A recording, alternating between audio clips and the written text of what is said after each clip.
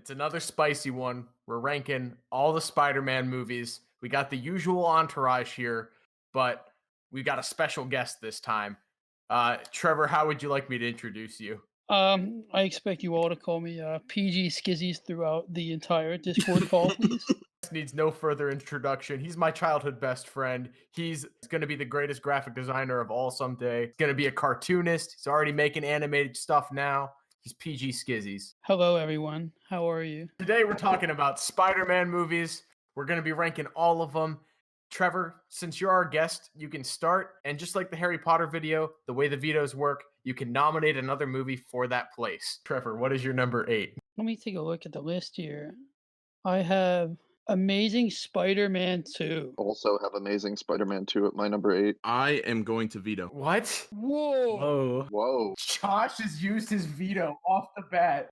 Let's let Trevor talk about it first. No, what are you nominating in its place? Spider-Man Far From Home. Trevor, when you're ready, why do you think Amazing Spider-Man 2 should be at number 8? That movie's whole thing was Gwen Stacy dies in the movie.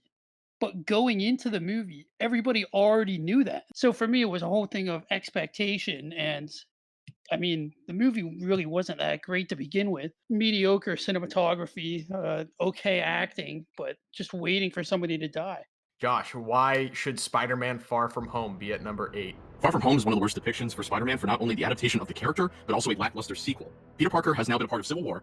He learned what it means to be Spider-Man in Homecoming, then gets stuck in space and brought back. This character has a lot of experience and still acts like nothing happened to him. Any kind of conflict they could have just makes him come off as a spoiled brat. Peter Parker should be anything but spoiled. The way they treat Aunt May in the film is annoying. There is no explanation why she's cool with her teen nephew fighting alongside the fucking Avengers. The most important aspects of Peter Parker, such as Uncle Ben and responsibility, are not shown whatsoever in this film. Peter has a briefcase that was Uncle Ben's and it gets destroyed. He doesn't give a shit. Was Uncle Ben a bad person or something in these movies? Why did they care enough to have that Easter egg in the movie, but then do nothing with it? Fans will say that Tony Stark is like the Uncle Ben. Whatever. If that's true, then it's even more idiotic when Peter gives his glasses, the last gift Tony Stark gives to him when he fucking dies, to some guy he just met. He had a total of 2 conversations with Mysterio. Mysterio was cool, he's just a Tony Stark villain, and Homecoming did that with Vulture, and Homecoming did it better. If you want to make Tony Stark a father figure for Spider-Man, I don't see a problem with that, but to actually say in Homecoming he isn't the next Iron Man, and then pull this shit in Far From Home makes 0 sense, and it's really annoying on the source material, and really makes it frustrating for me to watch these movies. The romance with MJ was really rushed. I thought they were going to slowly build up to that romance, but now he's in love with her in the beginning of the movie, because that's how it's always got to be. They had an opportunity to take Spider-Man to a different country, to Europe, a lot of great cinematography opportunities there, not to take a lot of people expect for the worst version. But I have a lot of reasons. You barely saw any wide shots, they didn't take advantage of any of that. The one scene I really like when Mysterio is messing around with Peter's mind, and there's these really cool visuals. Peter Parker in this film also has no problems.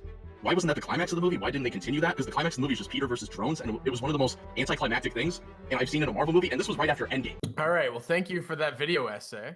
I actually agree with a lot of what Josh is saying. He's kind of swayed me a little bit.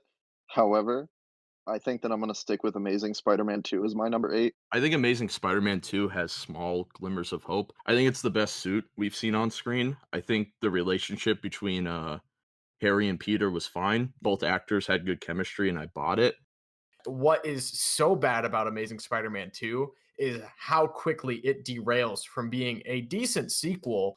The acting, the chemistry is great. Spider-Man Far From Home, it's non-offensive. I think it gets the character wrong, but it got the character wrong in Homecoming. There's nothing new there. I disagree. I think Far From Home is far more offensive for the source material. I get what Josh is saying about the source material and everything. It's also, we didn't see the progression, and that was not a good move on Marvel's part.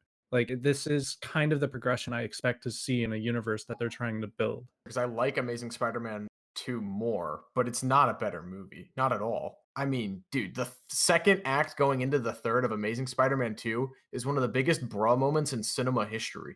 Yeah. Yeah.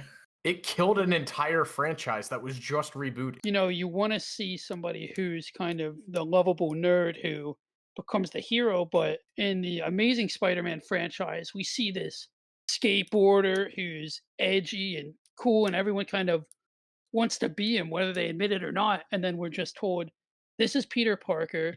Don't question it. I say we just start a vote at this point, because, I mean, I think we're between these two movies, but I think we need to just move on to the number 7. So I am going to abstain. I'm voting for Spider-Man 2. Alden, where are you? Amazing Spider-Man 2. All right. Looks like Jory doesn't need to weigh in since he didn't want to. Being apolitical is still a political opinion. If I had to vote, I was going to end up with Amazing Spider-Man 2 anyway. PG started. We'll go Alden. What's your take for number 7? I feel like this might be surprising for some of you, but I have Far From Home as my 7. That is surprising, but I agree. Yeah, I agree also. Wow. After Josh's argument and you putting that there, I agree. Trevor, do you have a problem with Far From Home at 7? No, I can agree with that. Looks like Spider-Man Far From Home is number 7. My number 6 pick is Amazing Spider-Man 1. I'm going to veto that. Ooh, Ooh, that's also my number 6. That is also my number 6. that is my number 7. So sway us, Nate. Well, I want to hear the case for Amazing Spider-Man going here first before I reveal what my number 6 is.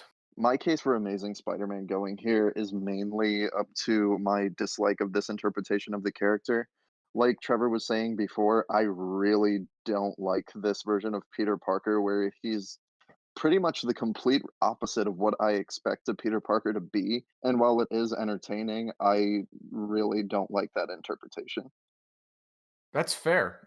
My number 6, and I know this is not going to win anyone, is Spider-Man 3. The mess that the Spider-Man movies are in come from what happened with Spider-Man 3. And I believe deep down there is a good movie within Spider-Man 3, but the studio involvement with that picture is what ruined it. But what I liked more about Amazing Spider-Man is how great Andrew Garfield is in that character, how they feel the need to start with his first girlfriend, Gwen Stacy, instead of give us Mary Jane again. They make a lot of bold, creative differences here that are really great. And you know what else they do? They don't just throw the Oscorp in our faces right off the bat with this origin story. We start off with a dumb villain. I don't like the fucking reptile or whatever. The lizard. The reptile? I don't like Mortal Kombat or whatever. I don't like Mortal Kombat's reptile, and I found Andrew Garfield's modern interpretation of what a nerd is way more enjoyable than Tobey Maguire being the cheesiest fucking stereotypical Jerry Lewis, Dr. Dolittle ass nerd. He's terrible in those movies. The performances in Amazing Spider-Man are good across the board. I really love Amazing Spider-Man, and I think putting it at number 6 on a list like this is a slap in the face. I would love to slap Amazing Spider-Man in the face here. The story doesn't go anywhere with any of that. It's the first movie. The follow-up to this movie is Amazing Spider-Man 2, which we all just agreed is the worst Spider-Man movie. I really like the scene where the kid's stuck in the car and he puts his mask on the little kid. Definitely one of the best on-screen Spider-Man moments in general. I have to put Spider-Man 3 here because it's the lowest movie on my list that we haven't talked about yet. But I could see 3 or 4 other movies going here in this spot. Should we vote, or is anybody vetoing that veto? I kind of want to veto, but I don't think I'm going to because I enjoy Spider-Man 3 a lot. Yeah, so do I. So do I. When I see that movie, I feel like I was still watching it for the first time. You know, I go back to when I was 10 or 8 or whatever, when I first watched it in theaters. I remember thinking, oh, look, it's a black Spider-Man. It's just still kind of awing. Wait, this isn't Spider-Verse, Trevor. Yeah, I really liked Spider-Verse too. That was 2018. Yeah, I would agree that Spider-Man 3 is a worse movie than Amazing Spider-Man and doesn't do as interesting things with the character as it does. But I feel like I would be lying to myself and everyone else if I said that Amazing Spider-Man was a more entertaining movie than Spider-Man 3. I'm voting for Amazing Spider-Man to stay in 6. I think Nate had some really good points, and I'm gonna sway and say Spider-Man 3. I'm obviously voting for Amazing Spider-Man. Spider-Man 3 needs to be number 6. Amazing. You guys lose. We tried, Nate. No, you didn't. My number 5 is Spider-Verse. Whoa, I veto that. I'm putting Homecoming here. Yeah, I agree. I didn't think that this would be what we were talking about. I have Spider-Man 3 here. Oh, so Spider-Man 3 is fine to go at number 5, but number 6, God forbid? Yeah, I think Amazing Spider-Man belongs lower. I don't love Spider-Verse like everybody else. That doesn't mean I hate it. I don't want to come off It's racist. as a hater of this movie. That was all for Miles Morales coming into the MCU before Tom Holland got casted. He's fine in this movie, just nothing spectacular. No pun intended. Got him. I want to veto and say that Spider-Man 3 should go here because I really feel like we are completely off the mark here. To go from talking about Amazing Spider-Man and Spider-Man 3 battling for number 6 to then jump up to like Spider-Verse and Homecoming. Thank you, Jory. You saved this list. That was the most powerful veto I've ever witnessed in my life. And this movie didn't kill the franchise like people say it did. This movie made bank. It was ultimately the studio pushing Sam Raimi to get a fourth one out quickly. Yeah, but the studio's interference in this movie, and then their further, like they felt the need to continue pushing their influence as it went on, was what killed it. Yeah, any credible director would step down after that much studio interference. I mean, Sam Raimi loved the character Spider-Man, though. He wanted to... Of course he did. Everybody does. Yeah, and he gave him two fantastic movies. I mean, I haven't heard a lot for Spider-Verse yet. Because everyone disagrees with you, Josh. Spider-Verse is fucking phenomenal. Can you tell me why? Yeah, you want me to tell you why? Yes. It does something different in a refreshing way. It's not the same character. It does something interesting with the lore, and one of the characters is the same character. He's just in a parallel universe that they can't get to. And then you got Peter B. Parker, who's like the failure superhero that we honestly haven't seen anything like that. The animation style alone should push this movie into the top 3. I really don't understand how you could put Into the Spider-Verse at number 5 on this list. Yeah, I don't even like Spider-Verse as much as everybody else, but no, it's not a number 5. Homecoming's like the best part of that entire movie is honestly Vulture. Having one good villain is better than 3 mediocre villains. Sandman is a really good villain. I don't see how he's bad. He's in the movie for like 25 minutes. That's fine. It's not the main antagonist of the movie. I don't see there were 3 villains. I think you're wrong about that, Nate. I feel like Sandman has some really good scenes, actually. I think you're sleeping on. I agree that Sandman has good scenes, but he's also like a minor villain, and his arc... I can't put Vulture as one villain above the 3 villains in Spider-Man 3. Alden, you sound like a Sony rep. More is not equal to better. But then again, Vulture isn't the only good thing about Homecoming. I've caused chaos this episode. Yeah, you have, and for some reason, you guys are saying that Spider-Man 3 should move on over Homecoming and Spider-Verse.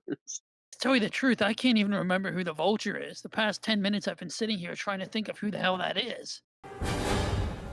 You took everything from me. I don't even know who you are. You will. It's Michael Keaton with wings. Oh, yeah, that's right. That's right. Yeah, he was the construction worker, right? Yeah, and he's like his girlfriend's dad. I prefer Spider-Man 3. I know Sandman doesn't have that much screen time and everything, but in the time that he does have, it's what I remember. I remember him lighting on fire, turning into glass, and seeing Spider-Man whack him. I don't remember anything about the Vulture. My list is so compromised now, I barely even understand where we're at. Everybody just vote what they think should be at this slot. Okay, I'm going to cast my vote first, and it's Spider-Man 3. I'm clearly Homecoming. Homecoming. I'm also voting Spider-Man 3. Homecoming. Homecoming, there it is at number 5. I'm putting Spider-Man 3 at number 4, because if it goes any higher on this list, we're just going to look like the biggest Sam Raimi fanboys ever. Yeah, this is already looking like a kind of clown list. Trevor, do it. I'm absolutely not going to veto that. That means our top 3 is Spider-Man 2002, Spider-Man 2 2004, and Spider-Man Into the Spider-Verse 2018. Now we just have to determine what that order is. Can I throw out Spider-Man 2002? No. No. No one's going to agree with you there, but I do. Spider-Man does a lot of great things for what should have been a all-around really great franchise that should have continued longer. I think that the villain in Spider-Man 2002 has only been topped in one movie in this entire list besides it, and even that is debatable. But Willem Dafoe as the Green Goblin is so amazing. He steals the movie. I think the better Spider-Man origin movie we put at number 6 on this list, so I agree with Alden that Spider-Man should probably be at number 3. I disagree with every part of what you just said. I really disagree with that. Like, if I'm talking specifically villains, I like seeing Doc Ock more than I like seeing Willem Dafoe. He's a fucking Power Rangers villain in the middle of a blockbuster. The whole movie was a Power Ranger. Are you kidding me? He's out of place in Sam Raimi's Tobey Maguire Spider-Man? Are you high? Did you watch this movie? This movie is the definition of Power Rangers cheese. You are clowning hard, Nate. I'm just saying, I don't think it deserves to be number 1 or 2 on this list. You just said Willem Dafoe is out of place in the movie. In terms of villains and in terms of stakes, I don't give a shit about Green Goblin. I'm glad that he dies at the end of the movie. I think the relationship between him and Harry is really well developed, where Harry really gives a shit. I think the relationship between him, Harry, and Peter is very well developed in this movie. How there's the whole thing where Harry is jealous of Peter because Ozzy sees Peter as more the son that he wanted than Harry, and how Harry's not good enough for him. I think that that's great, and I think that you were really sleeping on it. When they graduated and Harry's father's talking to Peter the whole time, even though his son just graduated high school. I love when 30-year-olds graduate high school. Here's the thing also, we're talking about Spider-Man 2 versus Spider-Man here for number 3. I think Spider-Verse should go here. Yeah, wait, Spider-Verse should go here. No, I disagree. I disagree. We weren't talking about Spider-Man 2 going here, Jory. Alden kept bringing up Spider-Man 2 in relation to Spider-Man 1. Yeah, because I put it above Spider-Man 1. I would also put Spider-Man 2 above Spider-Man 1. Guess what? So do I, but we're at number 3. I would too. I'm sticking with what I'm saying. I'm also with Alden in that Spider-Man 2002 should go right here. Well, I want to hear Trevor. Well, I disagree. I think everything about Spider-Man 2 does it better than Spider-Man 1. But furthermore, I prefer Spider-Verse over Spider-Man 1. I don't know. Something about the animation style is so important for me for this movie. That sounds like a 3-1 to me, Josh and Jory. How does that feel? I guess that's a 3-1. Why are you so mean? No, you guys just derailed my entire argument. I have Amazing Spider-Man at number 3. We got rid of it like way too damn early. I'm more salty than anything. Nate, you should have mentioned that when we were putting it at number 6. All right, so number 2, we've got Spider-Man 2 or Into the Spider-Verse. Whoa. We didn't vote for the third slot. It was a 3-2. Yes, we did. We had a 3-2 vote. Oh, okay. Sorry. Alden, myself, and PGskizzEs all agreed Spider-Man 2002 is going at number 3. Guys, number 2, we are arguing between Spider-Verse and Spider-Man 2. Where do we all stand? I put Spider-Man 2 in second. Spider-Verse. I have Spider-Verse at number 2.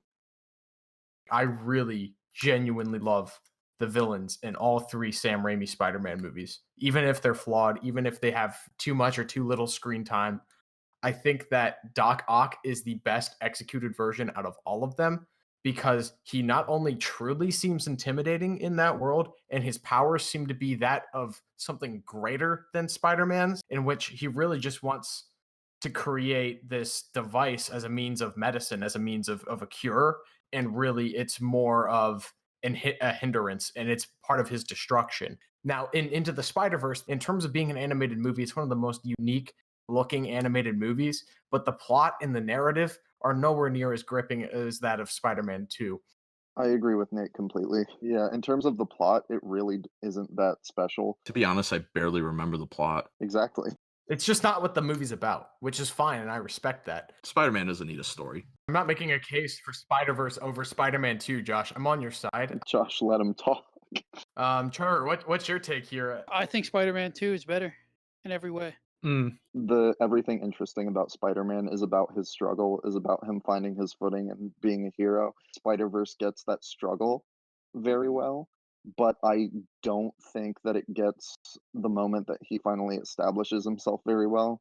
I have a lot to say in defense of Spider-Verse, because Doc Ock is my favorite villain out of the entire franchise. But you want that female Doc Ock puss? Her friends call her Liv. You want that female Doc Ock puss? Is that what you just said, Josh? Yeah, I was making a joke. That's hilarious. I'm in stitches. I think she's a decent Doc Ock. When he loses his powers in Spider-Man 2, that is so awkward. It doesn't make much sense. The only part I like about the entire sequence of him without his powers is when he says focus. Strong focus on what I want. Jumps off a building.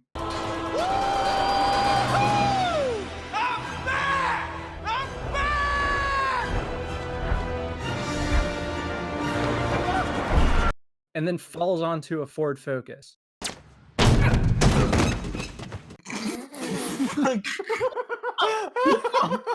Yeah, the train sequence in Spider-Man 2 is incredible, and it makes up for like most of the downfalls of the movie. What are some of the downfalls of the movie? I'm curious. The biggest one is him losing his powers. No, the biggest one is the love interest with Mary Jane, but whatever. That's fine. Everyone loves that. That's the whole trilogy. Nate's right. Spider-Verse not only doesn't do Peter Parker, which was super refreshing. I'm tired of seeing Peter Parker movies at this point. There are 2 Peter Parkers. But none of those spider people you mentioned are as interesting as Peter Parker. I like Peter Parker. All of them except for 3 or 4 of them are used for gags. That's half of them in the movie. True. They're cool, but they're not like, I don't want a spin-off movie with any of them. I want a Peter Parker spin-off movie. There is a Peter Parker spin-off little special. This isn't just the first movie with someone besides Peter Parker as Spider-Man. It's like, hey, look, all these other people have been Spider-Man over the years, and look at the other ones to celebrate. To me, that and the animation are the only 2 things that make Spider-Man Into the Spider-Verse as interesting as it is that they actually explore years of comic book lore with one movie, and it's not like overbearing. It's like a really easy to follow, almost family-centered movie. All right, so do we vote? Yeah, number 2 is Spider-Man Into the Spider-Verse. All right, so do we want to sing the praises of Spider-Man 2 for a little bit since it's going to be number 1 on our list? Raindrops keep falling on my head. Carefully, he's a hero. It's one of those movies where it's like, what more can you say about it? Like, it's been... It's a masterpiece. You know, it's a pretty good film. I haven't seen it in a while, but I mean, the thing I remember most, of course, is Doc Ock. And, you know, it's the little things like J. Jonah Jameson. It's just the little things in the movie that really show how important it is for me. Well, let's all say our personal top 8 lists. I'll start since it's the most embarrassing. At number 8, I had Amazing Spider-Man 2. At number 7, I had Spider-Man Far From Home. At number 6, I had Spider-Man 3. Number 5, Spider-Man Homecoming. Number 4, Spider-Man. Number 3, Amazing Spider-Man. Number 2, Spider-Man Into the Spider-Verse. And number 1, Spider-Man 2. Yeah, so 8 was Amazing Spider-Man 2, 7, Amazing Spider-Man 1, 6 is Far From Home, 5 is Homecoming, 4 is Spider-Man 3, 3 is Spider-Verse, 2 is Spider-Man 1, and number 1 is Spider-Man 2. I had Amazing Spider-Man 2 at number 8. For 7 was Far From Home. 6 was Amazing Spider-Man. 5 was Homecoming. 4 was Spider-Man 2002. 3 was Spider-Man 3. 2 was Spider-Man 2. And 1 was Spider-Verse. Mine was number 8 was Amazing Spider-Man 2. Then Spider-Man Far From Home. Amazing Spider-Man. Spider-Man 3. Into the Spider-Verse. Homecoming. Spider-Man. Spider-Man 2. My number 8 is Spider-Man Far From Home. My number 7 is Amazing Spider-Man 2. My number 6 is Amazing Spider-Man. My number 5 is Spider-Man Into the Spider-Verse. Number 4, Spider-Man 3. Number 3, Spider-Man Homecoming. Number 2, Spider-Man 2. And number 1, Spider-Man. All right. Well, that was our list. Number 8 is Amazing Spider-Man 2. Number 7, Spider-Man Far From Home. Number 6, Can you bring yourself to say it? Amazing Spider-Man. Number 5, Spider-Man Homecoming. Number 4, Spider-Man 3. Number 3, Spider-Man. Number 2, Spider-Man Into the Spider-Verse. And number 1, Spider-Man 2. Well, Trevor, what do you have to say about your first guest appearance on our podcast? I think I'll be back anytime soon. You don't think, or you what? No, I won't come back. All right. Well, thanks for your time, Trevor. Thank you all for watching. Leave a comment below.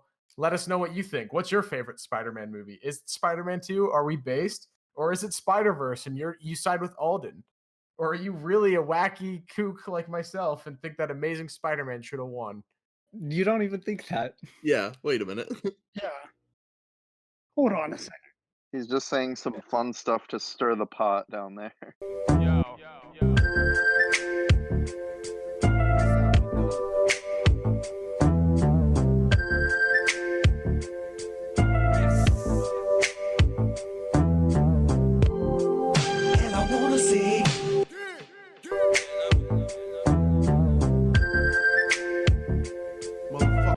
know.